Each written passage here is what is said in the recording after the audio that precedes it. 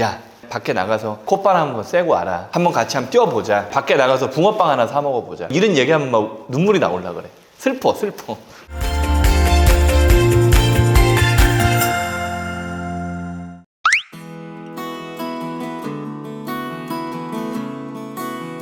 안녕하세요, 김민성 변호사입니다. 추석이 끝난 주에 주말에 영상을 찍고 있습니다. 추석 잘들 보내셨어요? 엄청 길어가지고 뭘 해야 될지 모르는데 또 애 키우는 입장에서는 할 일이 많습니다. 할 일이 많고, 이번 추석에는 여러분들이 아시는 것처럼 저희가 이제 부산에 사무실을 낸 지가 얼마 안 됐잖아요. 그래서 이제 서울에 있는 우리 본사 직원들하고 인천에 계신 직원들하고 일부 내려가가지고 부산에 있는 회사를 세팅을 하면서 숙소를 하나 빌려놓은 게 있는데, 거기에 이제 저희 가족들이 내려가서 놀았습니다. 어쨌든 오늘 제가 드릴 말씀 뭐냐면, 그 정부가 바뀌고 나서 채무자에 대한 많은 어떤 제도들이 나왔고, 그 중에 하나가 가칭 배드뱅커였어요. 그거에 대한 영상들을 찍어드리고 많은 분들이 봐주시고 많은 질문들이 와서 그거에 대한 후속 영상도 찍어드리고 했는데, 이 문제가 뭐냐면 정해진 게 없으니까 맨날 여기서는 이렇다 얘기하더라, 저기서는 이렇게 얘기하더라 라고 댓글을 제가 다 본단 말이에요. 이게 10월 1일 날 배드뱅크에 대한 이 새로운 어떤 구체적인 내용들이 정부에서 발표를 했습니다. 그거에 대한 내용들을 좀 시리즈별로 또 소개시켜 드리려고 해요.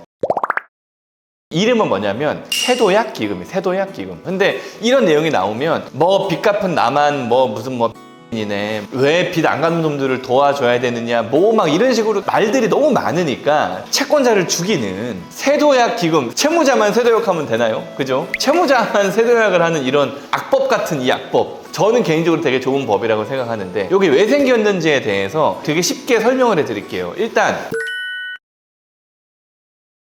제가 뭐로 보통 설명을 많이 드리냐면, 의사 관련해가지고 설명을 제가 많이 해드려요. 뭔가 몸에 문제가 있었을 때 이걸 해결해주는 역할을 하잖아요. 저희가 아파가지고 옛날에 응급실에 간 적이 있어. 저희가 옛날에 살던 잠실에 있는 아파트가 요 다리 하나만 건너면은 아산병원이라는 전 세계적으로 유명한 그 병원 있잖아요. 그 병원이 있었거든요. 그래서 애가 킥보드 타다가 다쳤어. 다쳐가지고 보니까 골절이래, 골절. 뼈가 이제 부러졌다는 거죠. 해서 응급실에 갔는데, 우리 입장에서 내 새끼니까 최고로 빨리 케어를 받았으면 좋겠고 최고로 뭐 했으면 좋겠잖아요. 왜냐면 애가 계속 아프다고 우니까. 근데 응급실에 가보면 내가 봐도 우리 애는 아무것도 아니야.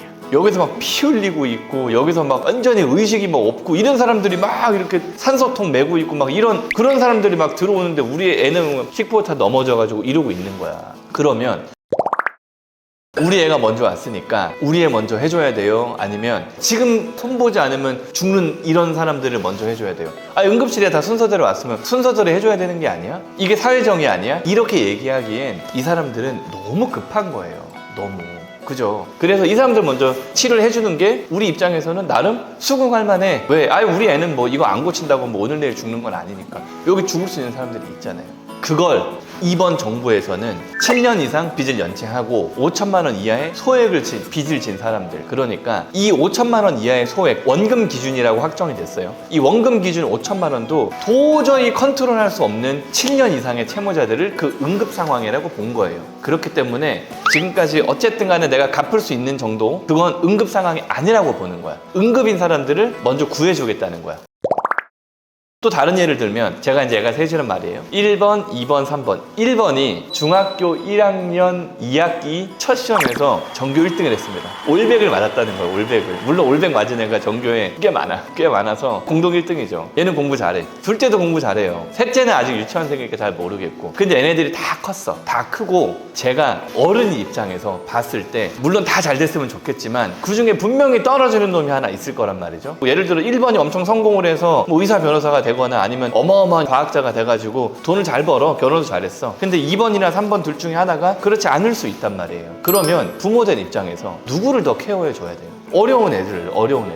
그럼 1번 입장에선 억울하잖아요. 야, 나는 내가 열심히 잘 살았는데 왜 우리 엄마 아빠는 2번한테 돈을 주고 3번한테 돈을 주고 나 몰래 왜 그러지? 라고. 저도 지금 저희 형이 있고 제가 있고, 우리 아버지가 그래도 좀 돈이 있으신 분이니까 우리 어머니네 아버지가 저 몰래 우리 형한테 막 지원을 해주는 게 왜 억울하지 않겠어요? 억울하지. 나는 열심히 돈 벌어가지고 하고 있는데. 모든 사람들이 똑같은 마음일 거예요. 그래도 부모가 내가 가진 돈으로 조금 더 덜한 애들, 조금 더 힘든 애들한테 10손가락 깨물어서 안 아픈 손가락이 없겠지만 그래도 더 아픈 손가락이 있을 거란 말이에요. 걔한테 좀 더 해주는 거, 그걸 가지고 왜 더 해주네 뭐네 할 수 있겠지만, 그래도 부모 입장에서는 더 해주고 싶은 거란 말이에요. 그러면 범위를 넓혀서 우리가 한 가정에서의 부모가 아니라 한 어떤 나라에서의 행정을 이끌어가는 대통령, 이런 사람이 우리나라가 거둔 세수를 가지고 누구를 먼저 도와줘야 되고 누구를 어떻게 해줘야 되고 했을 때 아픈 손가락 먼저 챙겨야 되는 거 아니에요? 그죠? 그게 맞아요. 할머니들 노령연금도 주고 돈 못 버는 사람들 기초연금도 주고 돈이 없어서 치료 못 받는 사람들 의료보험 혜택 얼마나 잘 돼 있어요 우리나라.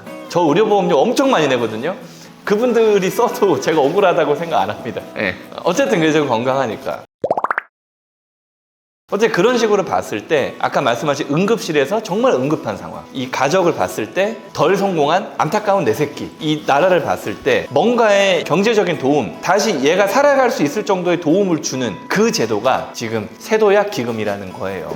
여러분 7년 동안 빚 안 갚아 보셨어요? 그거는 그냥 인생 거의 포기해야 되는 사람들이에요. 그런 사람들을 도와주는 거에 있어서 우리 정부라든가 우리 가족이라든가 아니면 어떤 병원이라든가 우선으로 도와줘야 될 사람들한테 뭔가 지원을 해주는 게 내가 뺏겼다라고 생각하거나 쟤네들은 저렇게 힘들어 봐야 된다 이렇게 생각하는 게 결코 좋지 않다는 거예요. 그래서 저도 뭐 이번 정부의 어떤 기조라든가 이런 것들에 대해 불만이 왜 없겠어요? 불만이 있죠. 하지만 이런 세도약 기금, 그 다음에 새출발 기금, 아니면 뭐 각종 이런 어떤 지원 정책들로 인해서 사실 회생 파산하는 변호사로서 제 입장에서는 그렇게 달갑지가 않거든요. 아니 이런 거 그냥 파산하게 냅두고 회생하게 냅두고 하면 제가 돈을 더 잘 벌 수 있잖아요. 하지만 애저녁에 7년 이상 5천만 원 미만의 빚이 많으신 이분들이 저희한테 맡기는 경우도 잘 없어요. 거의 노숙자와 같은 생활을 하시는 이런 분들이 뭔가 이런 제도의 도움을 받아가지고 새롭게 경제활동을 하고 그러면 이분들이 돈을 모아가지고 나중에라도 또 우리 다음 세대, 우리 애기들 아니면 한 세대 뒤 사람들이 이 사람을 뭐 보살펴줘야 되는 어떤 그런 부담들이 줄어들 수가 있잖아요. 이 사람들은 지금 정상적인 경제활동을 스스로 포기하고 있는 사람들이란 말이에요. 그러니까 예를 들어 은둔 외톨이, 사회에서 많은 어떤 실패를 하고 어려움을 겪어가지고 히키코모리 같이 집에 방구석에만 맨날 처박혀가지고 게임만 하고 막 무슨 테레비나 보고 이런 사람들 있잖아요. 젊은 애들. 이 히키코모리 같은 애들을 야 그냥 밖에 나가서 콧바람 한번 쐬고 와라. 한 5분만 갔다 와라. 그 다음날 한 10분만 갔다 와라. 한번 같이 한번 뛰어보자. 야 밖에 나가서 붕어빵 하나 사 먹어보자. 짜장면 이거 이런 얘기하면 막 눈물이 나올라 그래. 슬퍼. 예.